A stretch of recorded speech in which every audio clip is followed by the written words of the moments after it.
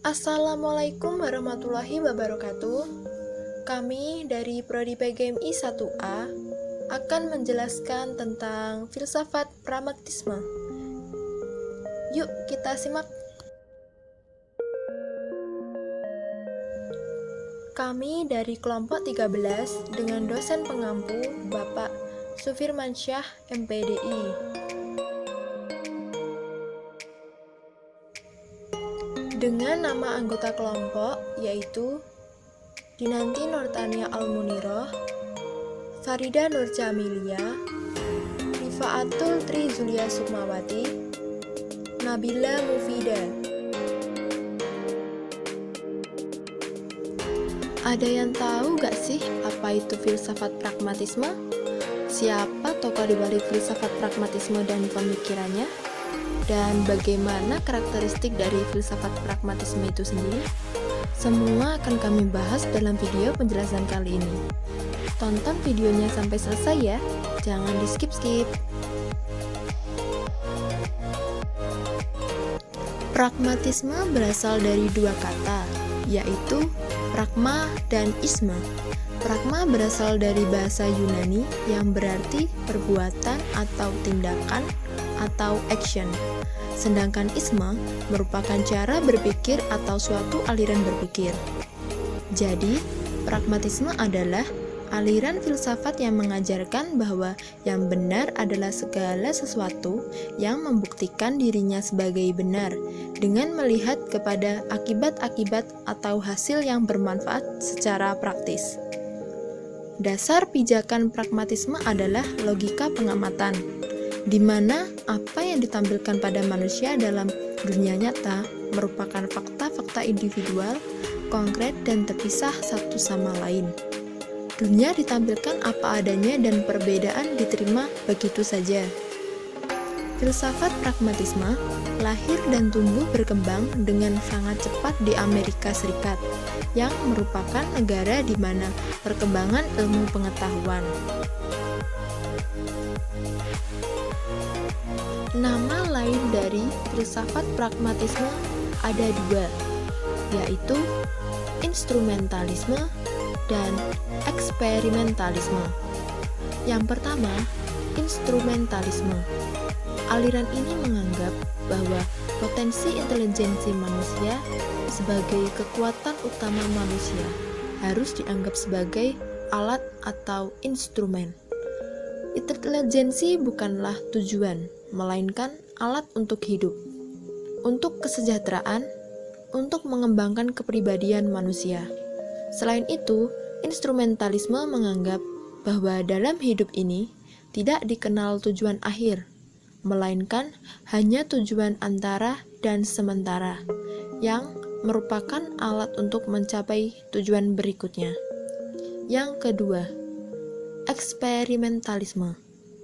Aliran ini menggunakan metode eksperimen dan berdasarkan atas pengalaman dalam menentukan kebenarannya. Eksperimentalisme menyadari dan mempraktekkan bahwa eksperimen atau percobaan ilmiah merupakan alat utama untuk menguji kebenaran suatu teori. Percobaan-percobaan tersebut akan membuktikan apakah suatu ide, teori, pandangan benar atau tidak. Dengan percobaan itulah subjek memiliki pengalaman nyata untuk mengerti suatu teori dan suatu pengetahuan. Nah, yang selanjutnya ini kami akan sedikit memberikan info tentang tokoh-tokoh filsafat pragmatisme. Sebelum ke pembahasan yang lebih lanjut, aku mau nanya nih, ada yang tahu nggak sih siapa aja nama tokoh-tokoh filsafat pragmatisme? Wah, ternyata banyak yang belum tahu nih ya. Nah, maka dari itu tonton terus ya video ini, jangan di skip-skip. Nah, tokoh yang pertama yaitu Charles Sanders Peirce. Peirce adalah seorang ilmuwan Amerika Serikat. Lahir pada 10 September 1839 di Cambridge. dan ia wafat pada 19 April 1914. Ia adalah anak seorang ahli matematika, logika, dan filsafat. Peirce terkenal dalam filsafat klasik dan sangat memahami sejarah ilmu pengetahuan. Meskipun minat utamanya adalah logika, dia terutama diakui sebagai pendiri paham pragmatisme. Peirce mengubahnya menjadi pragmatism pada tahun 1905 dalam rangka untuk memisahkan teori-teorinya. Pragmatism didasarkan pada gagasan bahwa setiap konsep harus memiliki konsekuensi praktis dan dapat diamati, dengan asumsi bahwa nilai dari konsep tergantung pada hasilnya. Akibatnya, salah satu kepentingan utamanya adalah untuk menunjukkan bagaimana filsafat dapat secara praktis diterapkan pada persoalan yang dihadapi manusia. Hal ini ia coba dengan menerapkan prinsip-prinsip ilmiah.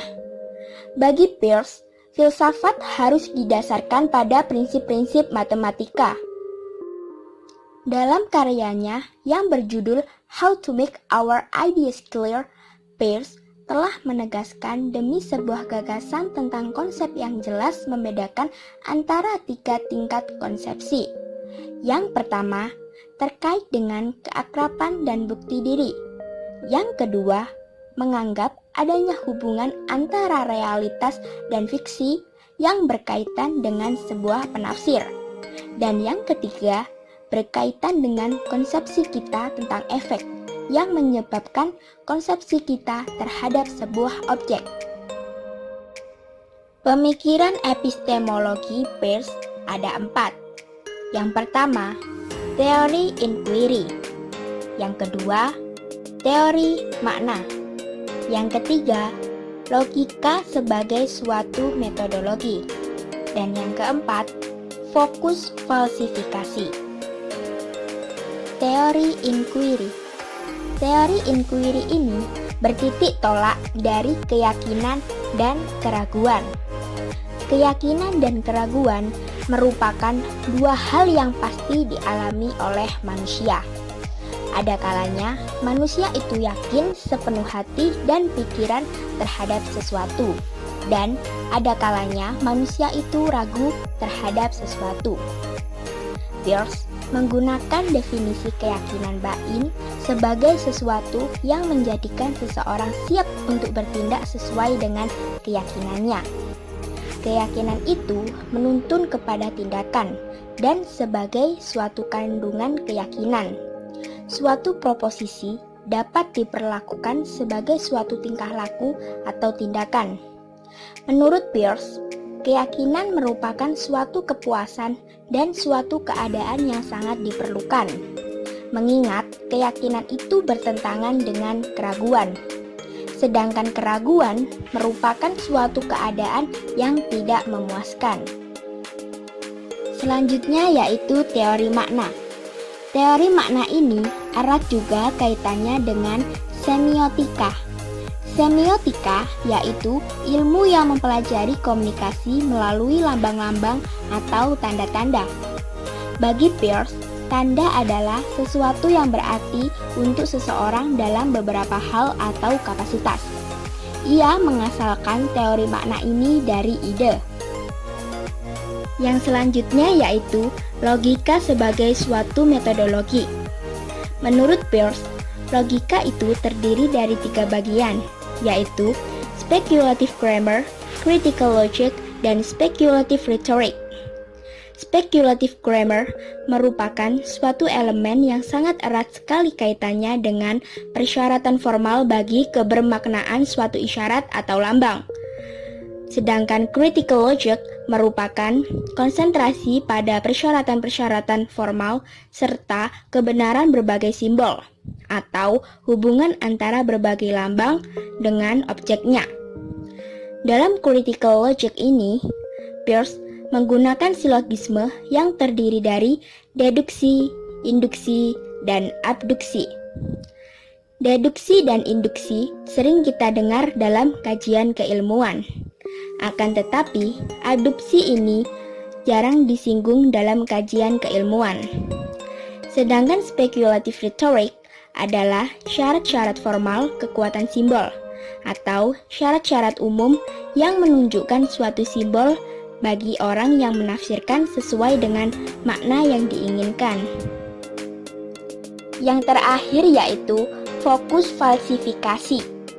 Fokus falsifikasi adalah teori yang menyatakan bahwa suatu dalil itu benar bukan karena diverifikasi secara empiris, melainkan dalil itu benar karena difalsifikasikan dengan pengandaian bahwa pengujian seperti itu mungkin saja terjadi. Dengan kata lain, suatu dalil dikatakan salah jika pengalaman membuktikan bahwa dalil itu salah. Falsifikasi ini sangat erat sekali hubungannya dengan falibilisme. Falibilisme adalah suatu pendapat bahwa setiap manusia dapat berbuat kekeliruan atau kesalahan, sekalipun ia seorang yang sangat pandai. Selanjutnya yaitu pemikiran Peirce secara umum.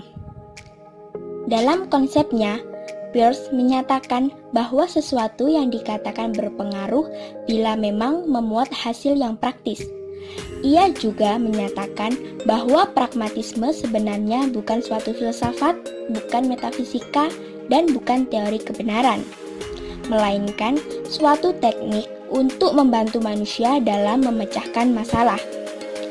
Dari kedua pernyataan itu, tampaknya Peirce ingin menegaskan bahwa pragmatisme tidak hanya ilmu yang bersifat teori dan dipelajari hanya untuk berfilsafat, serta bukan mencari kebenaran, juga bukan metafisika, karena tidak pernah memikirkan hakikat di balik realitas. Tetapi konsep pragmatisme lebih cenderung pada tatanan ilmu praktis untuk membantu persoalan yang dihadapi manusia. Peirce membagi kebenaran menjadi dua. Yang pertama, transcendental truth, dan yang kedua, complex truth. Transcendental truth atau kebenaran transendental yaitu kebenaran yang diartikan sebagai sesuatu yang berhubungan dengan transenden atau sesuatu yang melampaui pemahaman terhadap pengalaman biasa dan penjelasan ilmiah. Sedangkan complex truth atau kebenaran kompleks yaitu kebenaran dalam pernyataan. Kebenaran kompleks dibagi lagi menjadi kebenaran etis atau psikologis, yaitu keselarasan pernyataan dengan apa yang diimani si pembicara, dan kebenaran logis atau literal, yaitu keselarasan pernyataan dengan realitas dan didefinisikan. Tokoh filsafat pragmatisme yang kedua adalah William James. James juga merupakan seorang ilmuwan Amerika Serikat. Ia lahir pada 11 Januari 1842 di New York dan wafat pada 26 Agustus 1910. Pada mulanya, James mempelajari fisiologi, kemudian beralih ke psikologi, dan terakhir filsafat. Pragmatisme William James memiliki pengaruh yang cukup dominan dalam filsafat pragmatisme Amerika. Pemikiran filsafat James lahir karena dalam memahami ilmu pengetahuan cenderung dipengaruhi pandangan normatif. Ia beranggapan bahwa masalah kebenaran tentang asal atau tujuan dan hakikat bagi orang Amerika terlalu teoritis. Kebenaran ialah hasil-hasil yang konkret. Dengan demikian, untuk mengetahui kebenaran dari ide atau konsep haruslah diselidiki konsekuensi-konsekuensi praktisnya. Selain menyebut istilah filsafatnya dengan nama pragmatisme, James juga menyebutnya dengan nama empirisme radikal. Adapun yang dimaksud dengan pragmatisme adalah suatu pemikiran yang mengajarkan bahwa yang benar ialah sesuatu yang membuktikan pada dirinya sebagai yang benar, dengan perantara akibat yang bermanfaat secara praktis. Sedangkan yang dimaksud dengan empirisme radikal adalah ajaran yang hanya menerima pengalaman sebagai sesuatu kenyataan terakhir. James menekankan segala sesuatu harus dikembalikan pada pengalaman.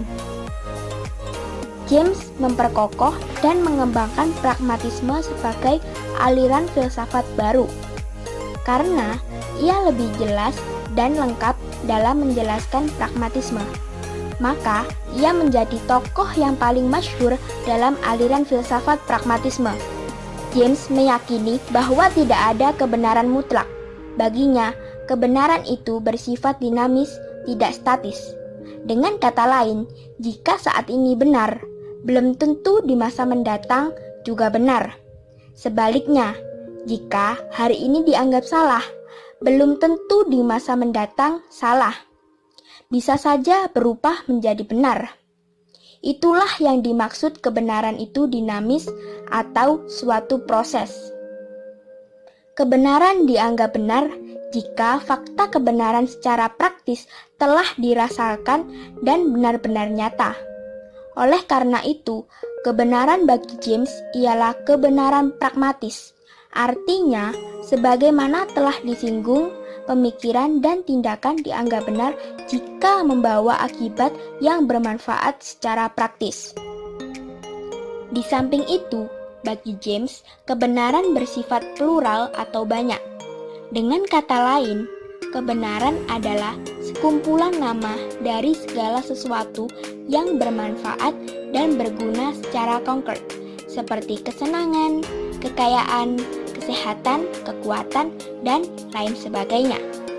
Jadi, kebenaran adalah hasil dari verifikasi terhadap nama-nama yang berguna dan tidak berguna bagi kehidupan manusia.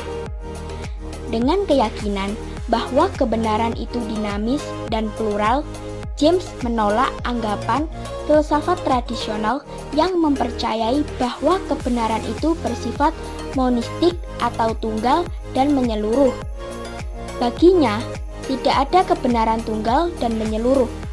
Yang ada hanyalah kebenaran yang bersifat subjektif, relatif, dan dinamis atau terus berkembang.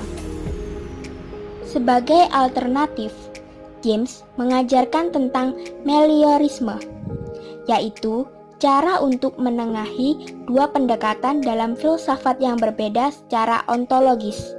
Secara umum, ia membagi corak pendekatan dalam filsafat menjadi dua macam, yaitu pendekatan empiris dan pendekatan idealis. Ia menganggap bahwa pendekatan empiris hanya memiliki kepentingan pada fakta-fakta empiris dalam mencari kebenaran atau hanya meyakini segala sesuatu yang berdasarkan pada pengalaman sebagai kenyataan.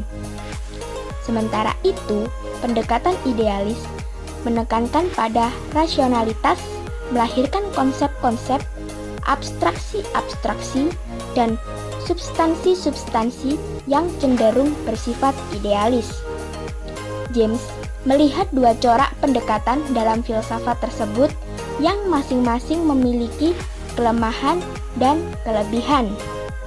Ia mengungkapkan bahwa salah satu di antara keduanya tidak sepenuhnya benar dan tidak sepenuhnya salah. Yang selanjutnya yaitu pemikiran James secara umum. Menurut James, pragmatisme adalah realitas sebagaimana yang kita ketahui.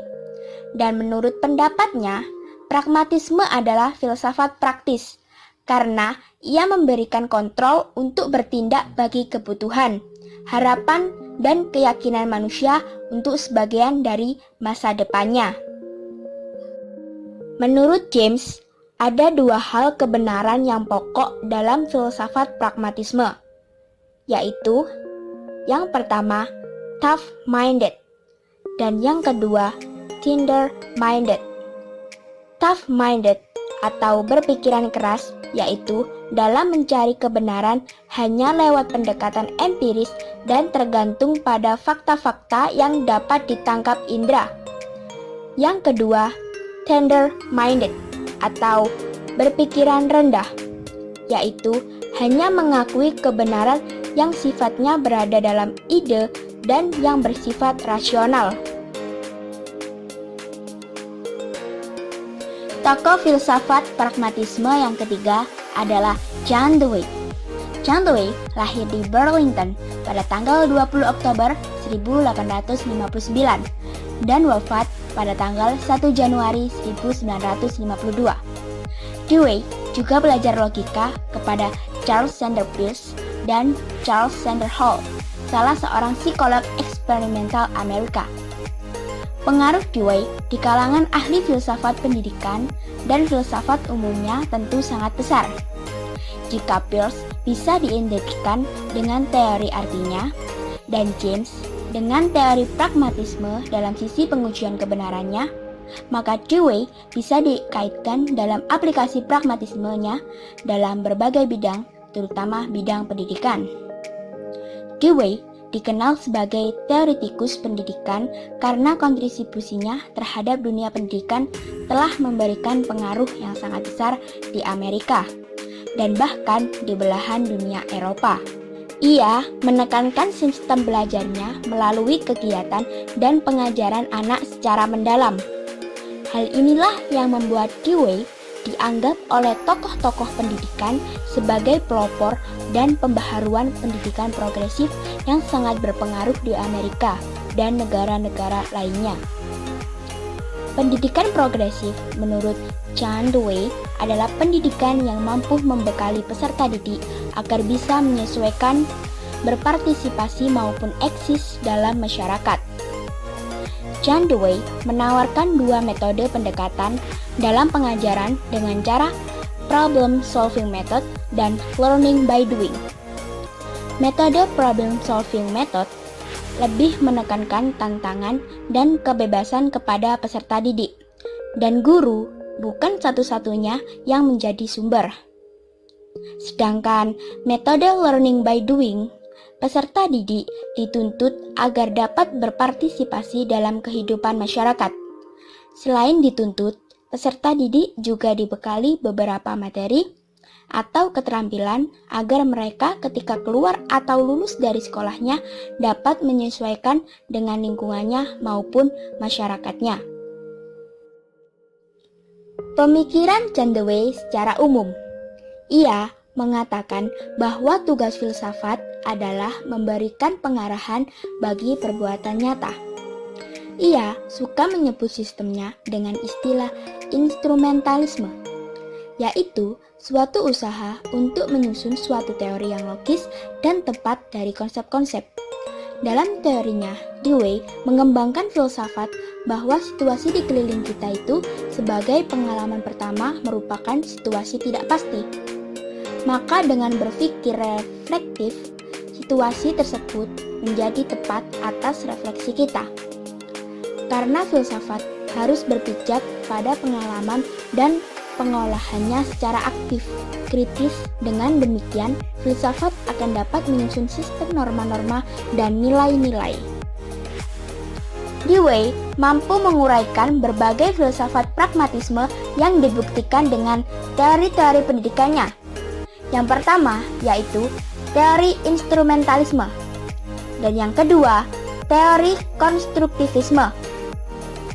Dalam teori instrumentalisme, pikiran-pikiran berfungsi dalam penemuan-penemuan yang berdasarkan pengalaman mengenai konsekuensi-konsekuensi di masa depan. Menurut Dewey, kita hidup dalam dunia yang belum selesai penciptaannya. Sikap Dewey dapat dipahami dengan sebaik-baiknya dengan meneliti 3 aspek dari yang kita namakan dengan instrumentalisme. Yang pertama, kata temporalisme, yang berarti ada gerak dan kemajuan nyata dalam waktu. Yang kedua, kata futurisme, mendorong kita untuk melihat hari esok dan tidak pada hari kemarin. Dan yang ketiga, milionarisme, berarti bahwa dunia dapat dibuat lebih baik dengan tenaga kita. Dalam teori konstruktivisme, John Dewey menolak anggapan bahwa sekolah harus fokus pada pengulangan dan hafalan. Ia lalu mengusulkan metode yang dinamai hidup terarah, yang membuat siswa akan terlibat dalam lokakarya praktis di dunia nyata, di mana mereka akan menunjukkan pengetahuan mereka melalui kreativitas dan kolaborasi. Siswa harus diberi kesempatan untuk berpikir dari diri mereka sendiri dan mengartikulasikan pemikiran mereka.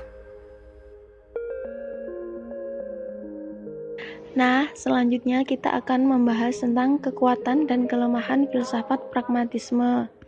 Kekuatan filsafat pragmatisme. 1. Kemunculan pragmatisme sebagai aliran filsafat dalam kehidupan modernisasi.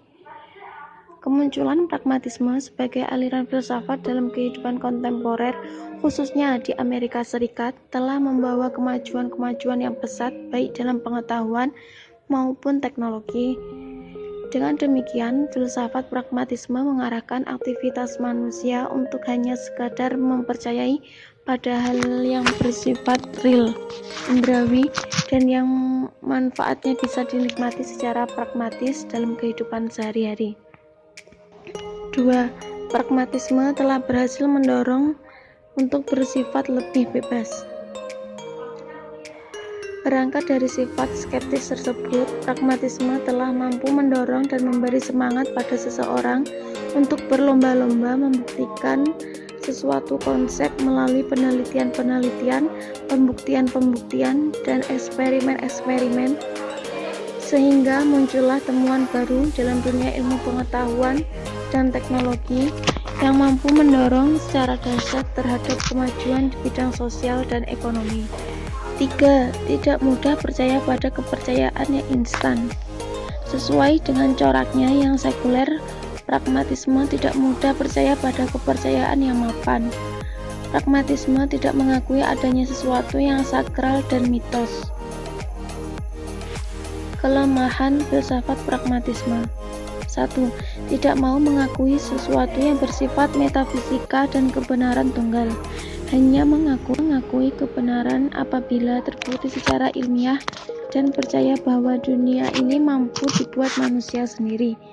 Secara tidak langsung, pragmatisme sudah mengingkari sesuatu yang transendental. 2. Materialisme. Pragmatisme menciptakan pola pikir masyarakat yang materialis. Manusia berusaha keras untuk memenuhi kebutuhan-kebutuhan yang bersifat praktis, maka dalam otak masyarakat pragmatisme telah dihinggapi oleh penyakit materialisme. Individualis. Untuk mencapai tujuan materialisme, manusia mengejarnya dengan berbagai cara, tanpa memperdulikan lagi bahwa dirinya merupakan anggota dari masyarakat sosialnya. Ia bekerja tanpa mengenal waktu, hanya sekedar memenuhi kebutuhan materinya. Maka, dalam struktur masyarakatnya, manusia hidup semakin egois, individualis.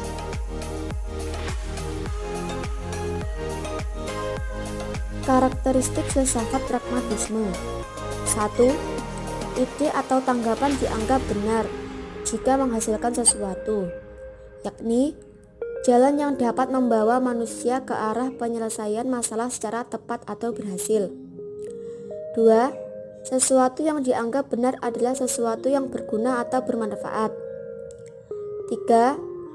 Tujuan berpikir adalah kemajuan hidup, yakni untuk memajukan dan memperkaya kehidupan, karena pengetahuan yang benar adalah pengetahuan yang berguna. 4. Identik dengan dunia kemudahan, mudah dalam akses informasi, mudah dalam komunikasi, dan segala kemudahan yang lain. Wajar jika kemudian orang menyebut bahwa dunia di area ini merupakan dunia pragmatis, bukan dunia filosofis atau lebih kepada generasi pragmatis. 5. Realitas sebagai suatu progres dalam waktu, yang berarti orang yang mengetahui mempunyai peranan untuk menciptakan atau mengembangkan hal-hal yang diketahui. Ini berarti bahwa tindakan yang dilakukan oleh orang yang memiliki pengetahuan tersebut dapat menjadi unsur penentu untuk mengembangkan pengetahuan itu pula.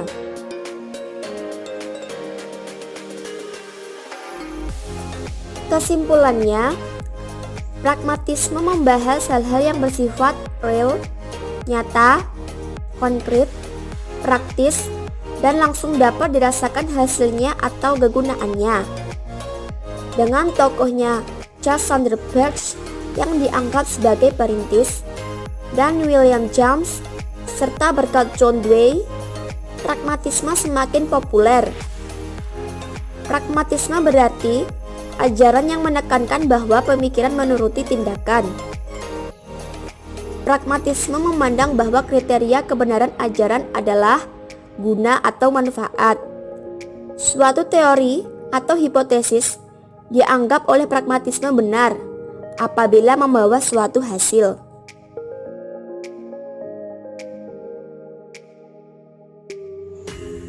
Nah, demikian penjelasan dari kelompok kami tentang filsafat pragmatisme. Semoga apa yang kami sampaikan dapat bermanfaat untuk teman-teman semua. Dan kami mohon maaf yang sebesar-besarnya apabila terdapat kesalahan dalam sepanjang penyampaian kelompok kami, baik yang disengaja maupun tidak disengaja. Terima kasih sudah menonton video kami, dan jangan lupa like, komen, dan subscribe ya. Wassalamualaikum warahmatullahi wabarakatuh.